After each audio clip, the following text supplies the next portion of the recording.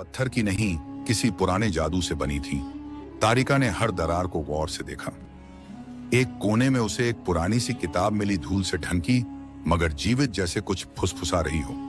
उसने राक्षस से कहा, यह तो एक रानी की किताब लगती है, क्या मैं इसे पढ़ सकती हूँ?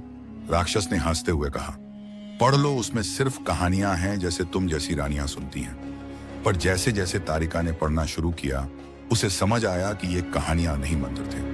एक पन्ने पर लिखा था, जिस दिन राक्षस का असली नाम बोला जाएगा, उसकी शक्ति झलकर राख हो जाएगी। लेकिन उस नाम को जानने के लिए उसे राक्षस की आत्मा तक पहुंचना होगा।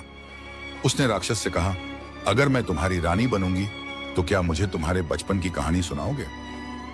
राक्षस थोड़ी देर चुप रहा, फिर बोला, मेरा नाम पहले विरमाल था, श्राप ने मुझे यह रूप दिया। तारिका की आंखों में चमक आ गई। वह नाम ही उसकी मुक्ति की कुंजी था।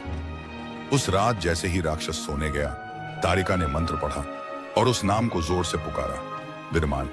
आसमान में बिजली कड़की, किले की दीवारें कांपने लगीं और राक्षस चीख उठा, तूने तूने मेरा नाम कैसे जाना?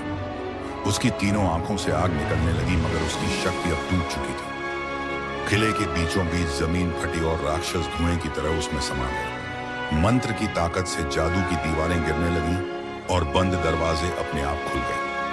राजकुमारी ने जैसे ही बाहर कदम रखा, उसे लगा जैसे सूरज ने फिर से उसका स्वागत किया हो। विराटगढ़ में शंख बजने लगे। तारिका लौट आई थी, पर अब पहले जैसी नहीं। वह अब सिर्फ एक राजकुमारी नहीं, एक योद्धा थी जिसने अपने बल से राक्षस को हराया था। उसने राज्य की रक्षा करना सीखा और अपने अनुभव से हर लड़की को सिखाया कि शक्ति भीतर से आती है। और इस तरह एक कैद की कहानी एक नई आजादी की मिसाल बन गई, जिसे पीढ़ियां याद रखेंगी।